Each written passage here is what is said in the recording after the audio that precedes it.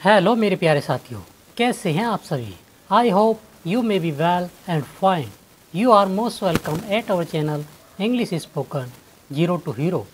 Friends, आज हमारी advance English spoken class का डे 23 है और जिसमें हम आज आपको सिखाएंगे हाउ टू का यूज़ करना।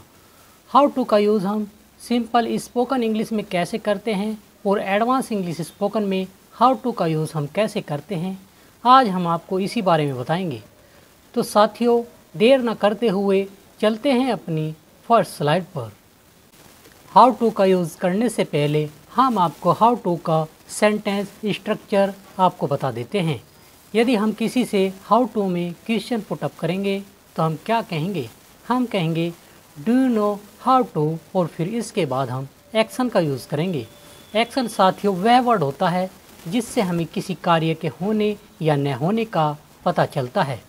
यदि सामने वाला व्यक्ति किसी काम को करना जानता है तो वह कहेगा I know how to action, और यदि वह किसी काम को करना नहीं जानता है तो वह कहेगा I don't know how to action. I don't know how to action, मैं किसी कार्य को करना नहीं जानता हूँ।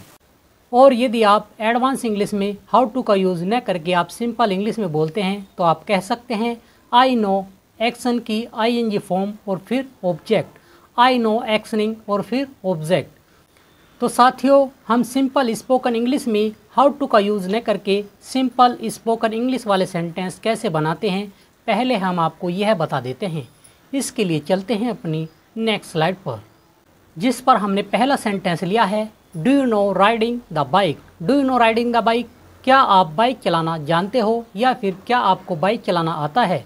साथियों, यहाँ पर हमने राइड की आईएनजी फॉर्म लगाई है क्योंकि KNOW नो भी एक वर्ब है और RIDE राइड यह भी एक वर्ब है। तो जहाँ पर दो वर्ब एक साथ आती हैं तो हम बाद वाली वर्ब के साथ आईएनजी फॉर्म का यूज़ करते हैं, इसलिए हमने राइड की आईएनजी फॉर्म राइडिंग का यूज़ किया है। Do you no riding the bike. Do you no riding the bike, क्या आप बाइक चलाना जानते हो। यदि आप बाइक चलाना जानते हैं तो आप कहेंगे I know riding the bike. I know riding the bike, मैं बाइक चलाना जानता हूँ या फिर मुझे बाइक चलाना आता है। और यदि आपको बाइक चलाना नहीं आता है तो आप इसे अंग्रेजी में कह सकते हैं I don't no riding the bike. I don't no riding the bike, मुझे बाइक चलाना नहीं आता है या फिर मैं बाइक चलाना नहीं जानता हूँ। अब साथियों, हम हाउ टू का यूज़ एडवांस इंग्लिश में कैसे करते हैं यह हम आपको बता देते हैं और इसके लिए आपको लेकर चलते हैं अपनी नेक्स्ट स्लाइड पर। अब साथियों, हम आपको हाउ टू का यूज़ एडवांस इंग्लिश में कैसे करते हैं यह बता देते हैं। इसके लिए हमने पहला सेंटेंस लिया है क्या आप कार चलाना जानते हैं। तो क्या आप कार चलाना जानते हैं, इसे हम हाउ टू में कहेंगे do you know how to drive the car. Do you know how to drive the car, क्या आप कार चलाना जानते हैं। साथियों, जो हमारे 4 व्हीलर होते हैं उनको चलाने के लिए हम राइड का यूज़ करते हैं और जो हमारे 2 व्हीलर अर्थात 2 पहिया वाहन होते हैं उनको चलाने के लिए हम राइड का यूज़ करते हैं। तो कार जो है हमारी 4 व्हीलर है, इसलिए इसको चलाने के लिए हमने ड्राइव का यूज़ किया है। Do you know how to drive the car, क्या आप कार चलाना जानते हैं। यदि आप कार चलाना जानते हैं तो आप कह सकते हैं I know how to drive the car. I know how to drive the car, मैं कार चलाना जानता हूँ या फिर मुझे कार चलाना आता है। यदि आपको कार चलाना नहीं आता है तो आप कह सकते हैं I don't know how to drive the car. I don't know how to drive the car, मुझे कार चलाना नहीं आता है। चलते हैं अपनी नेक्स्ट स्लाइड पर। मान लिया मैं किसी लड़की से यह क्वेश्चन पुटअप कर लेता हूँ कि क्या आप खाना बनाना जानती हो। क्या आप खाना बनाना जानती हो, यदि मैं इसे अंग्रेजी में कहूँ तो मैं कहूँगा do you know how to cook the food. Do you know how to cook the food, क्या आप खाना बनाना जानती हो या फिर क्या आपको खाना बनाना आता है। यदि सामने वाली लड़की को खाना बनाना आता है तो वह इसे अंग्रेजी में कह सकती है I know how to cook the food. I know how to cook the food, मैं खाना बनाना जानती हूँ या फिर मुझे खाना बनाना आता है। यदि वह लड़की खाना बनाना नहीं जानती है तो वह कह सकती है I don't know how to cook the food. I don't know how to cook the food, मुझे खाना बनाना नहीं आता है। चलते हैं अपनी नेक्स्ट स्लाइड पर, जिस पर हमने नेक्स्ट सेंटेंस लिया है क्या आपको अंग्रेजी में बोलना आता है। मान लिया हमारा जो फ्रेंड है वह फराटेदार इंग्लिश बोलता है और वह हमसे बाई चांस यह क्वेश्चन पुटअप कर लेता है कि क्या आपको अंग्रेजी में बोलना आता है, तो वह कैसे क्वेश्चन पुटअप करेगा। वह कहेगा do you know how to speak in English, do you know how to speak in English, क्या आपको अंग्रेजी में बोलना आता है। यदि मुझे अंग्रेजी में बोलना आता है या फिर आपको अंग्रेजी में बोलना आता है तो आप कह सकते हैं I know how to speak in English, I know how to speak in English, मुझे अंग्रेजी में बोलना आता है। और यदि किसी व्यक्ति को अंग्रेजी में बोलना नहीं आता है तो वह इसे कह सकता है I don't know how to speak in English, I don't know how to speak in English, मुझे अंग्रेजी में बोलना नहीं आता है या फिर मैं अंग्रेजी बोलना नहीं जानता हूँ। चलते हैं अपनी नेक्स्ट स्लाइड पर।